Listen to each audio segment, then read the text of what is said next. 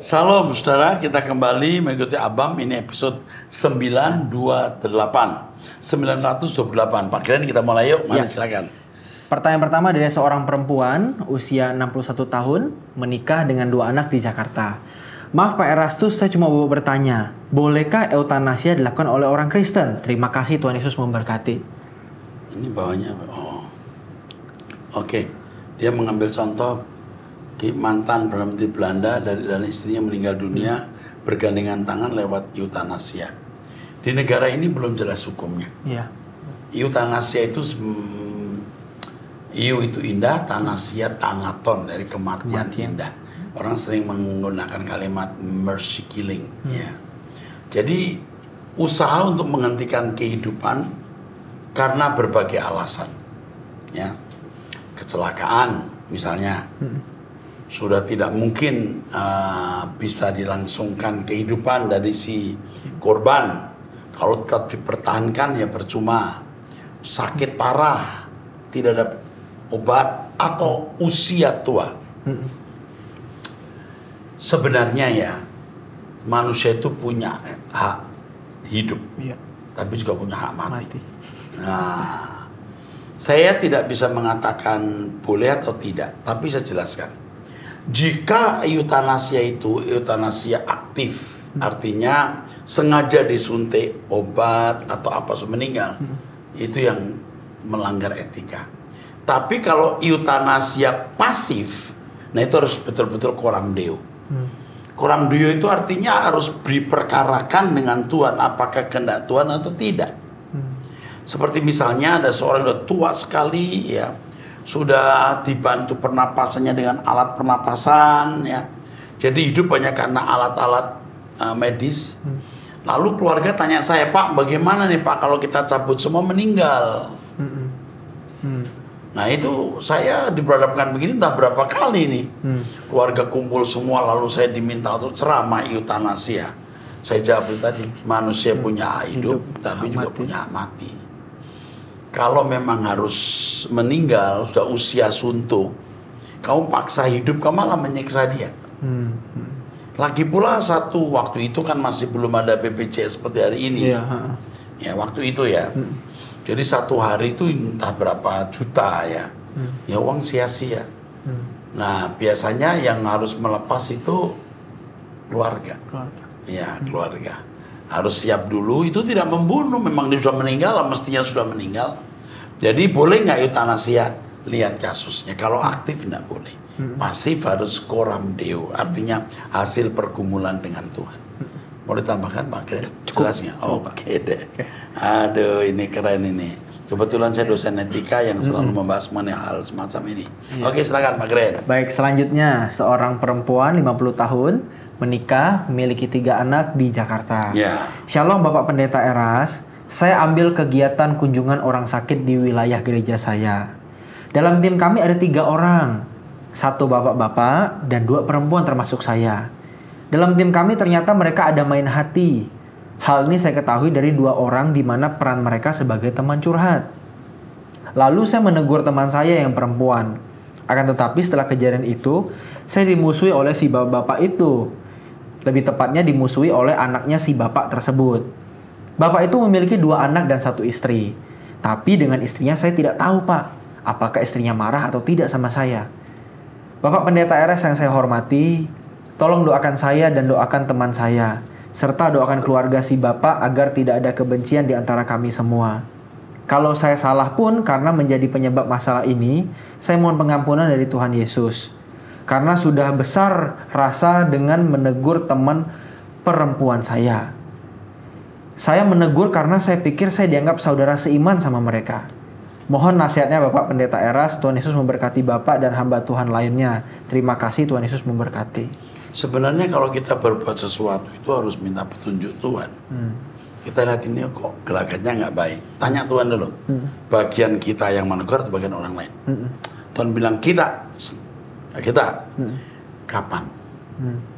Di mana? Bagaimana caranya? Ya.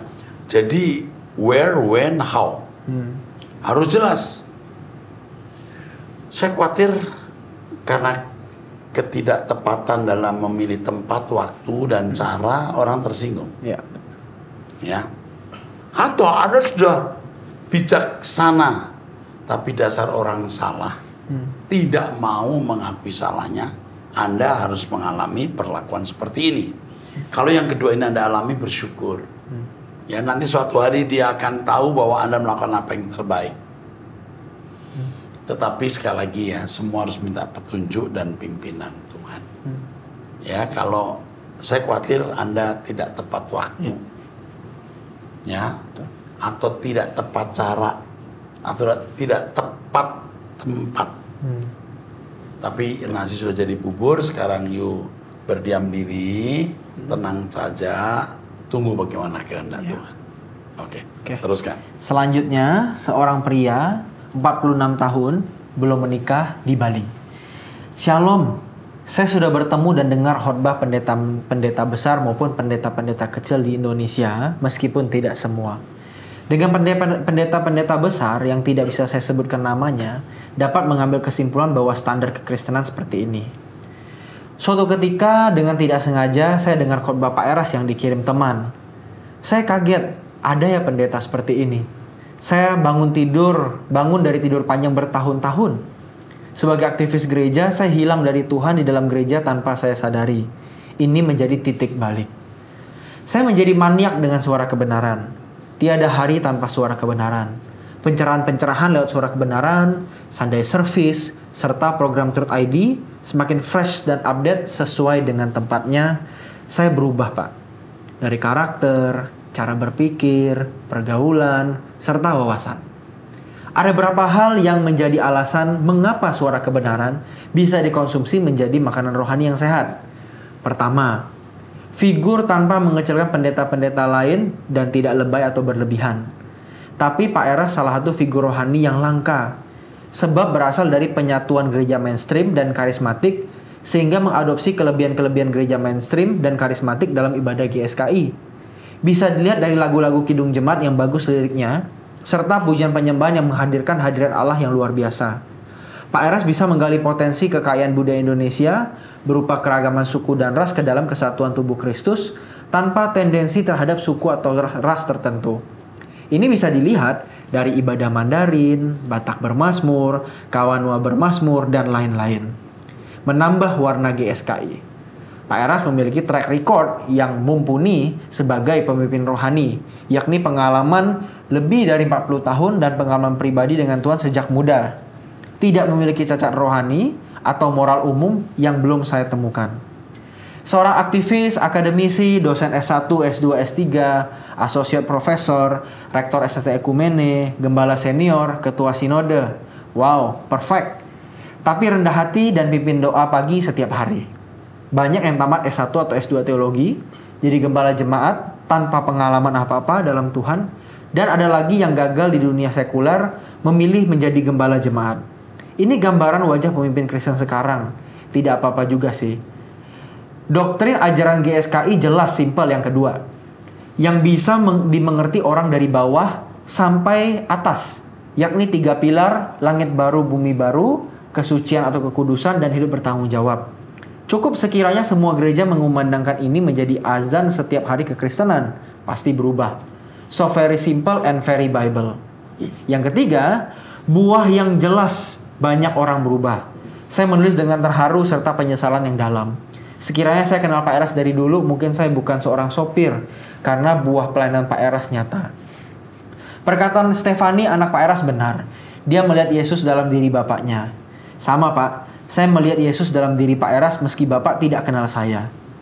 Sayang, gereja begitu banyak di sekitar saya, tapi saya hanya temukan Yesus di sebuah mall, yakni Arta Gading. Jauh, Pak Eras. Saya tidak minta apa-apa. Saya temukan Yesus lewat hidup dan pelayanan Bapak. Itu lebih dari apapun. Kadang saya khawatir dengan diri saya karena baru di usia ini saya menemukan Tuhan. Sekiranya Pak Eras meninggal di umur 70 tahun, mungkinkah saya sudah permanen dalam rohani? Kalau Pak Eras meninggal di atas 75 tahun, mungkin saya sedikit percaya diri menapaki jalan terjal hidup ini. Karena Pak Timotius Tan, Pak Wignyo, Pak Yehuda, Pak Sutardi, Pak Alvin, Pak Andris, Pak Gren, Pak Cornelis, Pak Agustinus, Pak Stephen, Pak Joni, dan lain-lain sudah sangat matang dengan rudal-rudal balistik jarak jauh yang disimpan di dalam gudang senjata GSKI Rehoboth. Bisa satu benua sekalipun dengan inovasi-inovasi baru dari Tuhan yang lebih dari Pak Eras kerjakan. Ditambah pembunuh senyap garis depan masuk STT Ekumene dengan jumlah 1.000 lebih, cukup bisa jangkau Indonesia. Pak Eras, dengan melihat apa yang Bapak kerjakan sekarang ini, memberi kami sedikit harapan akan kebangkitan kekristenan di Indonesia, tidak berlebihan. Dan melihat beban berat di pundak Bapak dan GSKI, saya cuma bergumul untuk ambil bagian dalam proyek Tuhan. Apresiasi yang dalam untuk orang-orang hebat di sekeliling Bapak yang ada di bidang masing-masing, sangat profesional. Sampai di sini dulu Pak Eras dan tim, salam hangat dari orang yang merindukan kebenaran yang murni. Kami sayang Pak Eras. Wah, keren ya. Terharu juga loh. Terharu loh. Dalam. Terharu loh. Aduh, saya jadi terharu. Ampun deh, terharu. Karena dia tulis tulus, dia bukan cari muka. Dia betul-betul merasa. Tapi pujian yang diberikan ke saya ini kayak taruh pistol di kepala saya. Ya gak boleh salah loh. Aduh, Tuhan ngeri kali nih. Ini termasuk pujian yang tajam loh. Iya. Ada beberapa pujian yang lain, tapi ini tajam sekali. Ngangkat banget gitu. Itu bukan pistol, itu F-16 ini. Shotgun. Mati deh kalau nggak bener. Terima kasih bro, saya mau sebut namanya NN tapi ya. Iya, NN. Terima kasih. Suatu hari kalau bisa, di mana dia tinggalnya? Tadi disebut di daerah Bali. Bali ya. One day kalau kita ketemu, saya senang bisa ketemu Anda. Ya, benar. Ya. Coba di telepon siapa namanya ya. Nanti kita kirim buku ya. Kirim buku. Ini orang-orang begini tulus banget nih. Bisa jadi pelayan Tuhan yang berdampak. Oke, teruskan Pak Gren. Selanjutnya, dari seorang perempuan usia 50 tahun, seorang janda dengan 2 anak di Manado. Shalom Pak Erasus dan tim Abam. Puji Tuhan, saya bersyukur bisa kenal Bapak Eras. Kalau bukan Bapak, saya tidak tahu keadaan rohani saya. Terima kasih Pak Eras lewat pekerjaan mulia yang Tuhan percayakan. Banyak domba yang terhilang kembali kepadanya, termasuk saya dombanya yang terhilang. Saya yakin dan percaya lewat pelayanan buah manis dari Pak Eras, ada jiwa yang akan disempurnakan dan ada jiwa yang bertobat.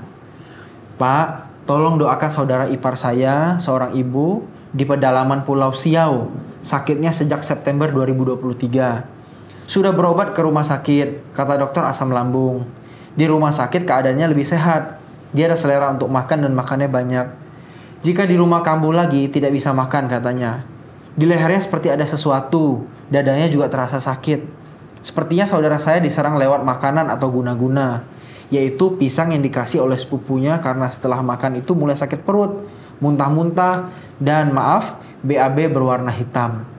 Untung pisang itu hanya dimakan saudara ipar saya karena suami dan anaknya sedang tidak berada di rumah, dan pisangnya hanya 2 atau 4 potong. Jadi langsung dihabiskannya oleh ibu itu sendiri. Ibu ini seorang majelis gereja dan sehari-harinya sangat rajin bekerja di kebun. Tapi sayang, sekarang badannya sudah kurus dan hanya berbaring saja. Tidak mau makan dan hanya ingin pisang saja. Mohon topangan doanya, Pak. Hanya ingin pisang saja. Hanya ingin pisang saja. Terus? Mohon topangan doanya, Pak. Dan kalau boleh, mohon didampingi konseling atau konselor jika benar harus pelepasan karena terkena guna-guna. Terima kasih banyak Pak Eras. Tuhan yang memelihara dan melindungi dalam setiap aspek kehidupan, pelayanan, dan keluarga. Coba ini nanti Bung Bulan itu untuk video call. Dilepaskan video call. Kalau di Jakarta kita suruh ke Artaganing ya. Tapi kalau di Pulau Siau itu, coba video call bisa nggak kita lepaskan? Ya, kemungkinan kena guna-guna, tapi juga bisa karena penyakit. Tetapi kalau masalahnya di rumah sakit dia makan banyak, betul nggak? Sehat, tapi begitu pulang dadanya mulai sakit, perutnya bermasalah, saya khawatir kuasa gelap. Jadi kuasa gelapnya di rumah. Ya, tapi kita bisa doakan itu. Ya. Oke, kemarin kami juga mendoakan orang yang diguna-guna. Ya bisa dilepaskan. Oh iya dilepaskan. Tuhan Yesus berkuasa. Ya. Oke, teruskan Pak. Baik, selanjutnya dari seorang remaja perempuan usia 11 tahun, belum menikah. Lalu 11 tahun pasti belum menikah nih. Iya. Ini dikasih repot kitanya apa? Abang Kit. Ya. Ya. Tapi kalimatnya orang tua ya. Halo Pak Erastus yang terkasih dan tim Abam. Saya ingin bertanya, tapi pertama saya akan menceritakan latar belakang dari pertanyaan yang saya ingin lontarkan. Sekarang saya kelas 6 SD dan ingin berencana melanjutkan SMP di Malang. Saya menceritakan rencana saya pada keluarga saya yang ada di Sumba, tapi keluarga saya tidak senang akan rencana yang saya buat. Saya mempunyai alasan pergi ke sana, agar mempunyai relasi lebih baik dengan kakak laki-laki saya yang ada di sana. Selain itu, agar saya dapat pendidikan yang lebih berkualitas, dan saya berpikir bahwa alasan yang saya ucapkan sangat signifikan. Tapi keluarga saya berpendapat bahwa lebih baik saya di sini saja. Keluarga saya beralasan supaya saya bisa lebih kenal keluarga di sini dan bisa mendapat perhatian yang cukup dari keluarga, dan bahwa kegiatan belajar mengajar di sini tidak begitu buruk. Apalagi sekolah saya dikenal dengan sekolah yang unggul dalam hal belajar mengajar dan juga karakter. Dari sini saya mulai mencari tahu perbandingan materi di Jawa. Di sini saya bertanya kepada teman saya dan mengunduh aplikasi tes mata pelajaran. Ternyata beda jauh. Saya merasa sangat ketinggalan dan juga merasa bahwa keluarga saya di Malang tidak mempunyai perhatian yang buruk juga. Tapi saya tidak bisa menyangkal bahwa memang saya punya pengalaman tidak mengenakan di sana. Di sana saya diperlakukan kasar karena sering melawan. Tapi saya sekarang sudah tidak melawan dan tidak kurang ajar lagi. Tapi di sisi lain saya juga punya kenangan yang berharga di Sumba. Saya merasa sangat disayangi dan mendapat perhatian yang lebih. Namun hal ini membuat saya menjadi anak yang lembek dan saya takut saya jadi manja. Saya bertanya kepada Tuhan, tapi seperti terlalu banyak suara yang masuk dan saling bertentangan. Dan saya tidak tahu memutuskan yang mana. Saya cinta keluarga saya, tapi saya juga cinta belajar. Terima kasih banyak Pak atas jawabannya, maaf panjang dan Tuhan memberkati. Kalau menurut saya kamu harus bersama keluarga dulu. Dengan kelas 6 SD ya. Iya betul. Sebaiknya kamu masih bersama keluarga. Ya. Kalaupun mengenai kualitas sekolah ya kamu bisa dapat ekstrakurikuler. Sekarang juga melalui media sosial lewat gadget banyak. Tapi kalau kamu sudah keluar dari rumah jauh dari mama papa dengan usia 11 tahun ya. 11. Banyak resiko lah.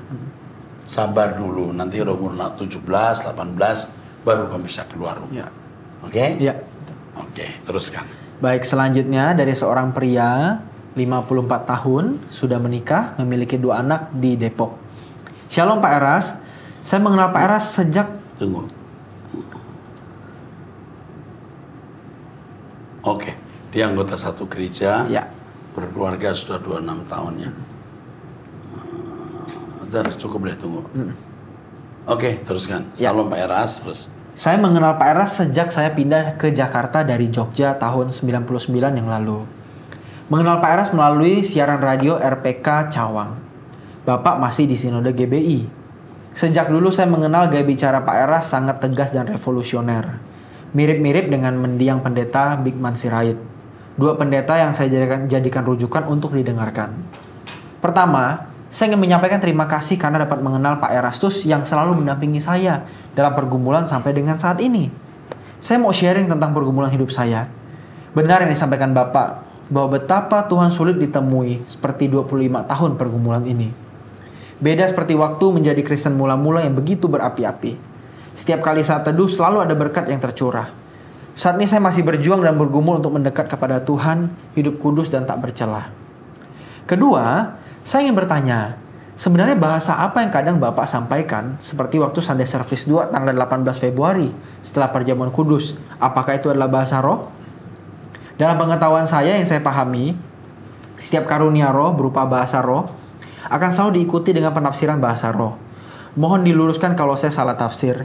Kadang membuat jadi kurang nyaman karena sama-sama dalam suasana penyembahan, tapi tidak tahu apa yang Bapak katakan. Oke, saya potong dulu. Kita bisa melihat di dalam Alkitab pada bahasa-bahasa yang tidak dikenal. Unknown language. Bahasa yang tidak diketahui itu waktu Paulus ya diangkat. Ada lidah asingnya. Senolalia kalau tidak salah. Ya. Lidah asing itu mungkin bahasa Brasil yang orang Jawa nggak tahu. Lalu bahasa roh. Ini antar malaikat, antar roh. Kita bisa mengucapkan bahasa roh dengan orang yang masukkan setan. Lalu bahasa dengan Allah, bahasa dengan Allah. Ya, kita mengucapkan bahasa dengan Allah. Percakapan ya dalam karunia bahasa roh, bicara dengan Allah. Itu 4. Nah, sering saya mengucapkan bahasa roh yang itu memuat kata doa kepada Tuhan. Atau bahasa roh yang memang mengandung pesan. Jika mengandung pesan, saya terjemahkan. Saya di tengah khotbah bisa bahasa roh, saya terjemahkan. Saya padahal sebenarnya, menghindari hal itu. Karena kalau saya seorang ya akademisi yang begitu itu sangat subjektif. Tapi jarang terjadi. Jadi itu bahasa roh. Oke ya? Oke.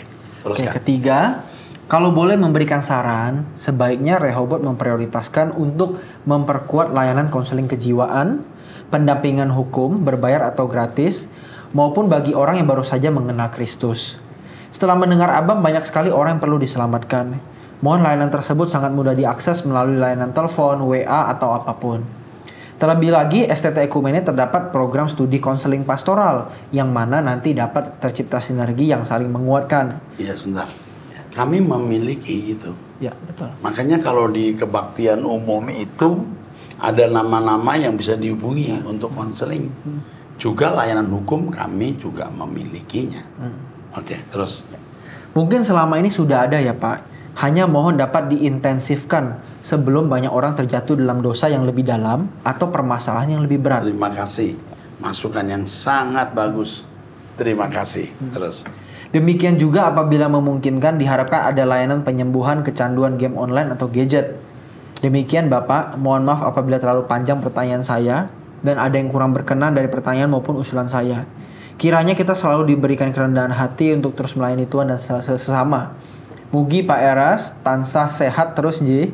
Gusti amberkasi, salam langit baru bumi baru. Pak Agus Budi, usia 54 tahun di Depok. Matur nuwun sangat ya. Usul yang sangat bagus, ide yang cemerlang. Kita sungguh-sungguh memperhatikan. Bahasa Jawanya nggak tahu saya. Matur nuwun, apa itu ya? Matur nuwun. Gusti berkahi. Apa itu kalimatnya?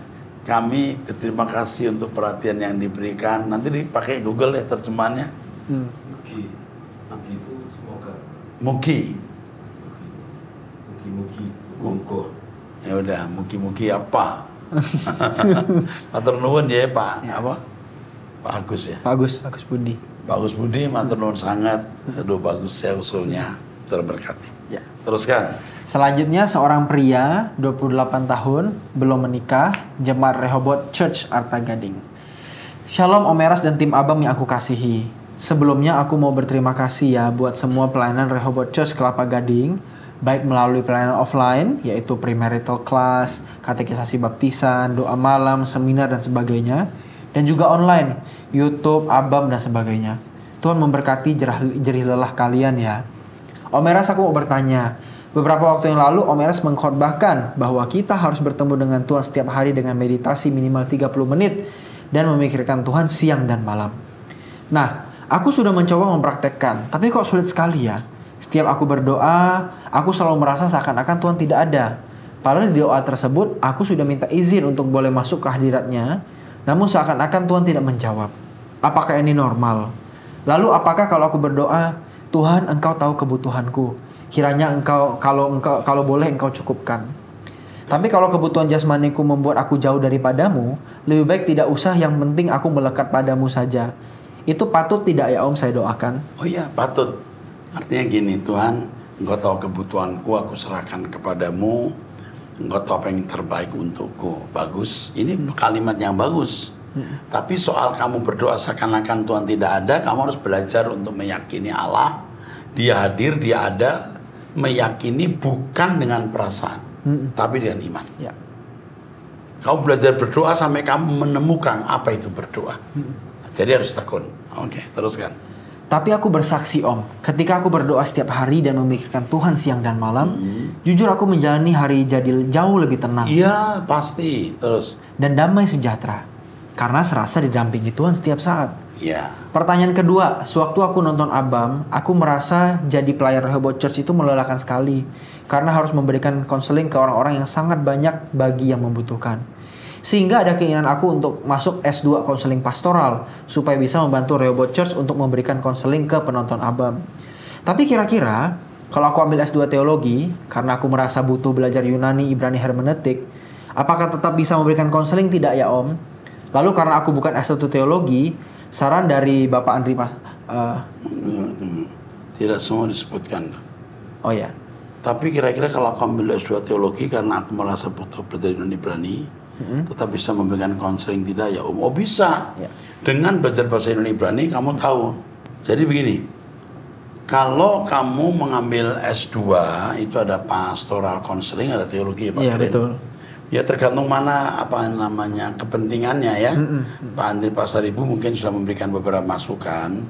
Kalau Pak Keren bisa memberikan masukan, maksudnya kalau dia punya konsentrasi mau ke pastoral, paskon aja ya. Iya betul. Paskon kita juga bagus kan? Ya, karena juga ada Yunani, Ibrani, hermeneutik tapi mungkin lebih simpel ketimbang teologi. Iya, teologi lebih jelimet ya. Iya betul. Jadi kalau memang punya interest ke konseling ya bagusnya pastoral konseling. Mau ditambahkan lagi Pak Keren? Cukup Pak, saya rasa. Oke, welcome to my world. Selamat datang di dunia kami. Tunggu sebentar. Namanya siapa ya tadi? Nggak perlu malu kali ya? Oh iya, Eriko. Nggak boleh sebut ya? Nggak, dia nggak bilang. Oke, Tuhan berkati ya. Oke, satu lagi? Ya. Oke. Selanjutnya, seorang perempuan 55 tahun, janda karena meninggal. Suaminya ya. Dua orang anak di Jakarta. Shalom Bapak Gembala terkasih, saya mau bertanya. Saya memiliki 2 anak perempuan. Ya. Yang pertama sudah menikah dan yang kedua usia 24 tahun. Dia menjalin hubungan dengan pria 29 tahun. Sudah pacaran selama hampir 4 tahun dan sekarang ini sudah ke jenjang persiapan pernikahan yang rencananya di bulan April. Tapi Pak, akhir-akhir ini mereka sering ribut dengan hal sepele. Seperti contoh, anak saya tidak boleh bergaul lagi dengan teman-teman pria sekantornya. Bahkan mereka pernah beradu argumen di depan saya. Apa yang harus saya lakukan Pak? Membiarkan pernikahan mereka berlanjut atau bagaimana? Mohon nasihatnya dari Bapak Gembala. Terima kasih, Tuhan Yesus memberkati Bapak serta tim Abam serta keluarga. Kalau saya dari pengalaman ya, ketika masa berpacaran sudah berkelahi, ribut, itu dihindari menikah. Nanti akan panjang, walaupun tidak mutlak ya. Tapi kalau waktu pacaran sudah ribut begini, saya khawatir itu lebih ribut nanti. Jadi kalau pria misalnya melarang wanita calon istrinya bergaul, mungkin ada alasan. Kita nggak tahu alasannya apa. Ya. Atau nggak ada alasan karena dia pecemburu. Ini juga nanti kalau sudah menikah susah. Atau memang dia punya alasan melarang calon istrinya bergaul karena ada unsur atau ada unsur pergaulan bebas yang membahayakan. Bisa, bukan tidak bisa. Tapi kalau sudah tidak harmonis seperti ini, harus dipertimbangkan menikah. Dia lebih tua 9 tahun ya, jadi lebih tua 4 tahun. 4 tahun. Menurut saya ditunda 2 tahun dulu, jangan nikah. Ditunda 2 tahun, paling cepat setahun baru ambil keputusan. Oke? Saya kira cukup 928, kita masuk ke 929 nanti. Sampai jumpa, Tuhan berkati.